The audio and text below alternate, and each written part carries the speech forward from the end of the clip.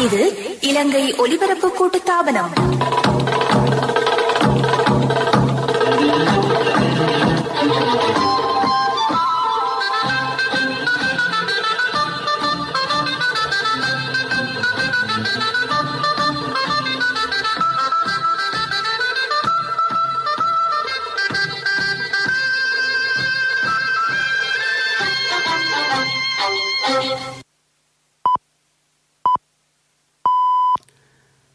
நேரம் 12:45.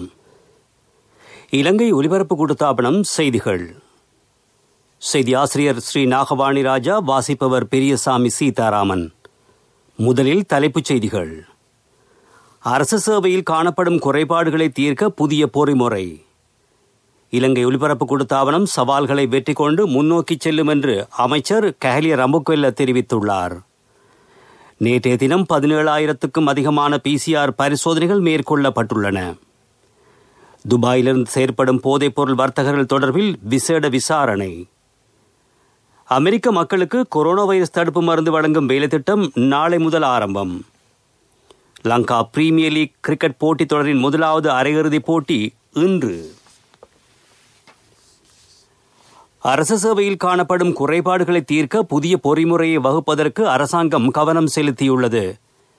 இதற்காக சர்வதேச தொழிலாளர் அமைப்பின் உதவி பெற்றுக் கொள்ளப்படும் என்று அமைச்சர் ஜனக பண்டார தென்னகோன் தெரிவித்துள்ளார். இந்த பொறிமுறையை அமைப்பதற்காக அமைச்சரவை பத்திரம் தாக்கல் செய்யப்பட்ட நிலையில் அதற்கு அனுமதி கிடைத்திருப்பதாகவும் அமைச்சர் ஜனக பண்டார தென்னகோன் குறிப்பிட்டார். இலங்கை ஒலிபரப்பு கூட்டுத்தாபனம் சவால்களை வெற்றி கொண்டு முன்னோக்கி செல்லும் என்று அமைச்சர் கஹலிய ரம்புக்வெல்ல தெரிவித்துள்ளார். இலங்கை வானொலியின் வளங்களை ஒன்றிணைத்து வலுவான பயணத்தை முன்னோக்கி கொண்டு செல்வதற்கான வேலைத்திட்டம் வகுக்கப்படுவதாகவும் அமைச்சர் கஹலிய ரம்புக்வெல்ல குறிப்பிட்டார்.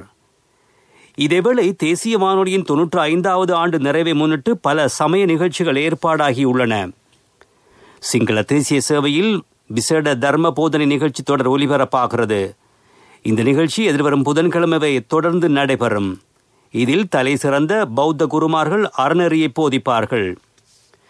தேசிய வானொலியின் 95வது ஆண்டு நிறைவை முன்னிட்டு கண்டி தலதா மாளிகையில் ஆசி கோரும் சமய நிகழ்ச்சி ஏற்பாடு செய்யப்பட்டிருந்தது. இந்த நிகழ்ச்சி முற்பகல் இடம்பெற்றது. அமைச்சர் கஹலிய ரம்புக்வெல்லவும் கலந்து கொண்டார். கண்டியில் சர்வமத நிகழ்ச்சியொன்றும் ஏற்பாடாகியிருந்தது. இதில் இலங்கை ஒலிபரப்பு கூட்டுத்தாபனத்தின் தலைவர் விசாரத ஜகத் விக்ரமசிங்க, பணிப்பாளர் நாயகம் சந்திரபால லியனகி ஆகியோரும் பங்கேற்றார்கள். நாட்டில் நேற்று மாத்திரம் 760 பேருக்கு கொரோனா வைரஸ் தொற்று உறுதி செய்யப்பட்டுள்ளது. அதன்படி நாட்டில் மொத்த தொற்றாளர்களின் எண்ணிக்கை 32,135 அதிகரித்துள்ளதாக இராணுவ தளபதி லெப்டினன்ட் ஜெனரல் ஷவேந்திர சில்வா தெரிவித்துள்ளார்.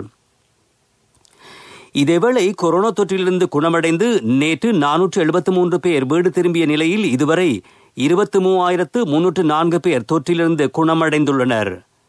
இந்த நிலையில் தற்போது 8,684 பேர் மருத்துவமனைகளில் சிகிச்சை பெற்று வருகின்றனர்.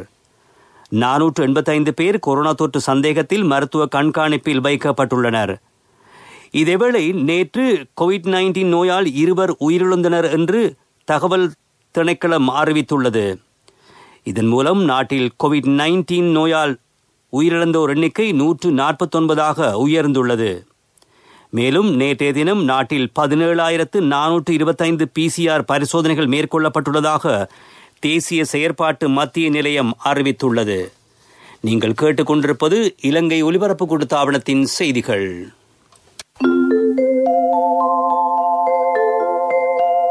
உங்களது வேறு கிரெடிட் கார்டு நிலுவைகளை பீப்பிள்ஸ் பேங்க் கிரெடிட் கார்டுக்கு மாற்றி குறைந்த வட்டியில் இலகுவில் செலுத்துங்கள்.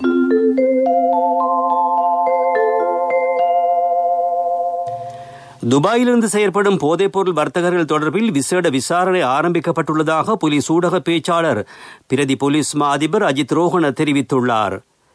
இதனுடன் தொடர்புடைய 3 சந்தேக நபர்கள் நேற்று கைது செய்யப்பட்டுள்ளனர். அவர்களில் ஒரு பெண்ணும் அடங்கியுள்ளார். இவர்களிடமிருந்து தொடர்ந்து விசாரணைகள் மேற்கொள்ளப்பட்டு வருகின்றன.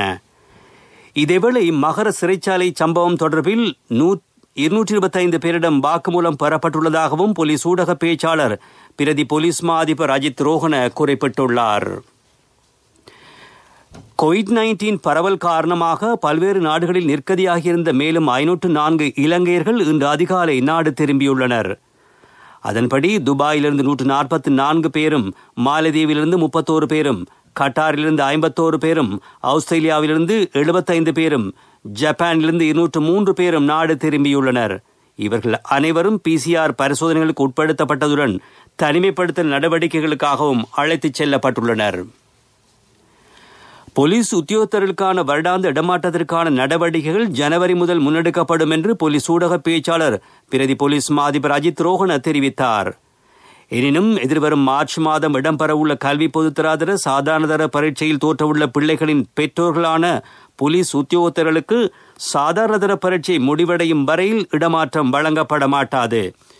இவர்களுக்கு மார்ச் மாதம் 15ஆம் தேதிக்கு பின்னரே இடமாற்றம் வழங்கப்படும்.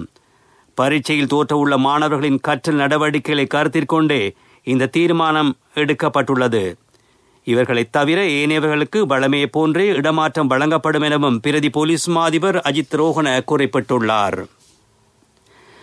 வடக்கு கிழக்கு மாகாணங்களில் குடிநீர் மற்றும் நிரந்தர வீடுகளை பெற்று குறைந்த செலவில் மக்களுக்கு வழங்கும் அரசாங்கத்தின் திட்டங்கள் பயனுறுதி மிக்கவையாகும் என தேசிய போலீஸ் ஆணைக்குழுவின் உறுப்பினர் தம்பையா பழனிவேல் பரமேஸ்வரன் தெரிவித்துள்ளார்.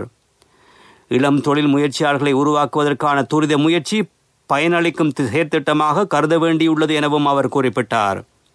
இலங்கை ஒலிபரப்பு கூட்டுத்தாபனத்தின் தமிழ் சேவை ஒலிபரப்பான விடியும் வேளை நிகழ்ச்சியில் கலந்து கொண்டு கருத்து வெளியிடுகையில் போலீஸ் ஆணைக்குழுவின் உறுப்பினர் தம்பையா பழனிவேல் பரமேஸ்வரன் இதனை குறிப்பிட்டார்.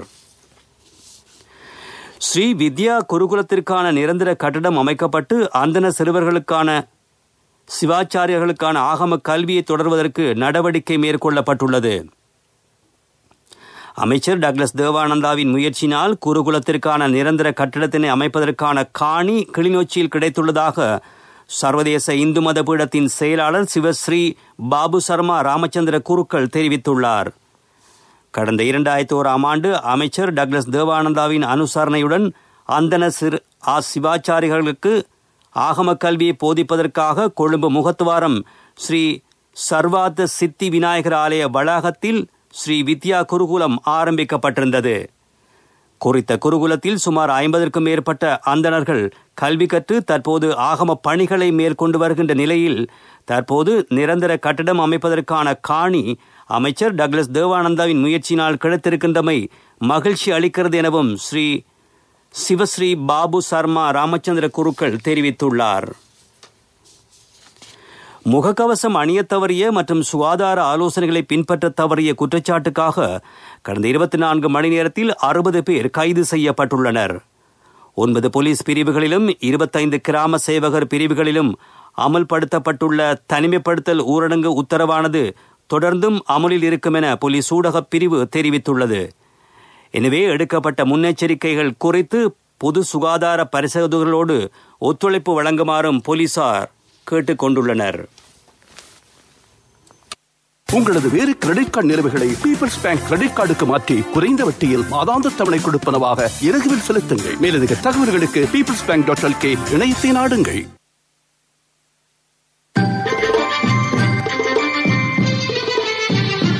பிரதான செய்தி வழங்குவோர் ஒவ்வொரு வீட்டிலும் இருக்க வேண்டிய வீட்டு வைத்தியர் சித்தாலேப.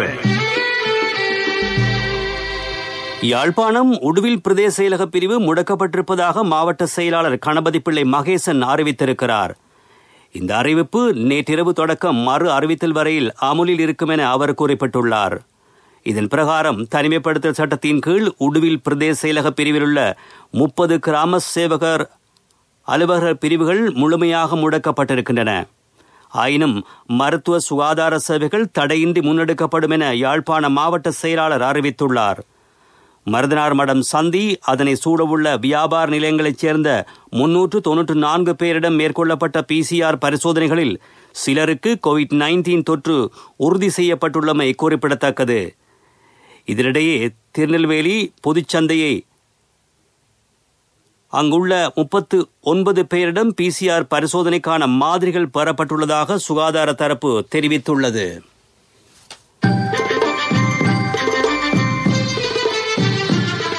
பிரதான செய்தி வழங்கியோர் ஒவ்வொரு வீட்டிலும் இருக்க வேண்டிய வீட்டு வைத்தியர் சித்தாலேபன்.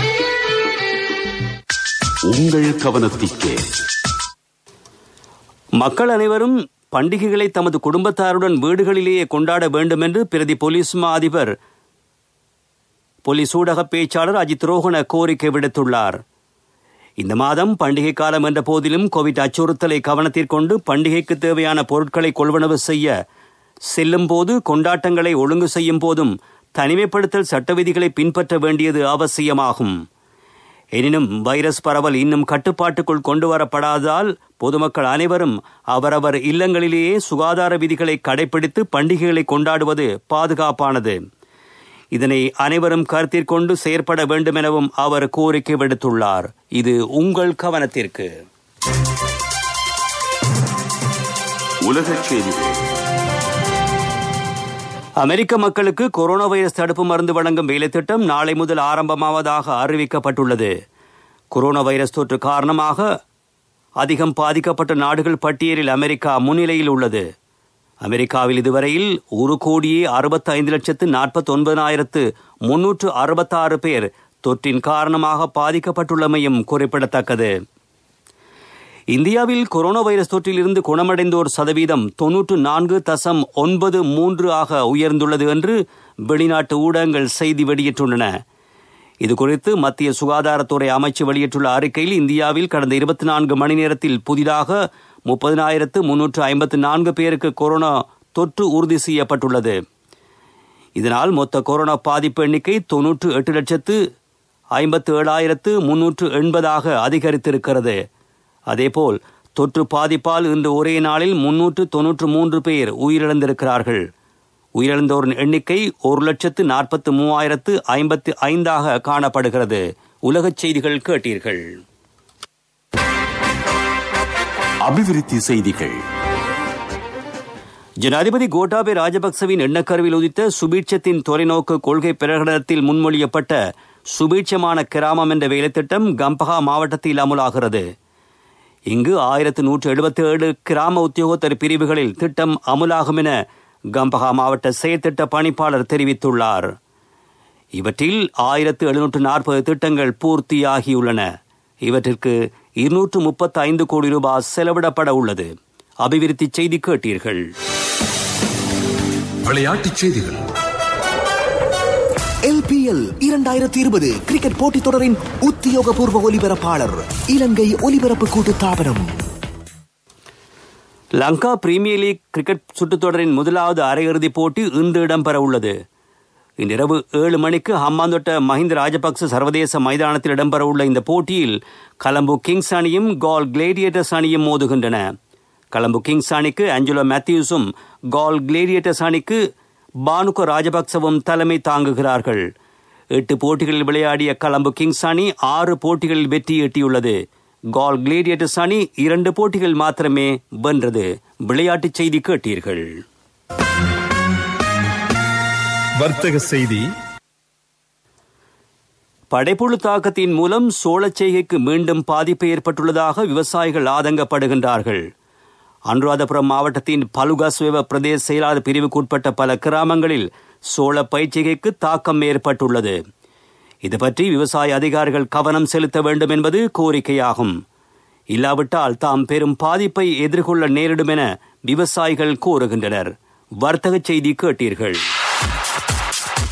பொருளாதார செய்திகள். அனுசரணை. அண்ணா 31க்கு நீங்க மகளுக்கு தங்கம் வாங்குவீங்கன்னு நான் எதிர்பார்க்க இல்ல. எந்த தங்கத்துக்கு தங்கம் கொடுக்க முடிஞ்சது எந்த LOLC கிரெடிட் கார்டு இருந்ததால. LOLC ஃபைனான்ஸ் கடன் அட்டை உங்களை மேலும் உயர்த்திட. ஆசிய அபிவிருத்தி வங்கி COVID-19 தடுப்பு மருந்தை விநியோகிப்பதற்கான முன்முயற்சி ஒன்றை ஆரம்பித்துள்ளது. வங்கியில் அங்கம் வைக்கும் வளர்முக நாடுகளுக்கு விரைவாகவும் நியாயமான அடிப்படையிலும் தடுப்பு மருந்து கிடைப்பதை உறுதி செய்வது இதன் நோக்கமாகும். இதற்காக $9 பில்லியன் மதிப்புள்ள முன்முயற்சி ஆரம்பிக்கப்படுவதாக ஆசிய அபிவிருத்தி வங்கியின் தலைவர் தெரிவித்துள்ளார். பொருளாதார செய்தி கேட்டீர்கள்.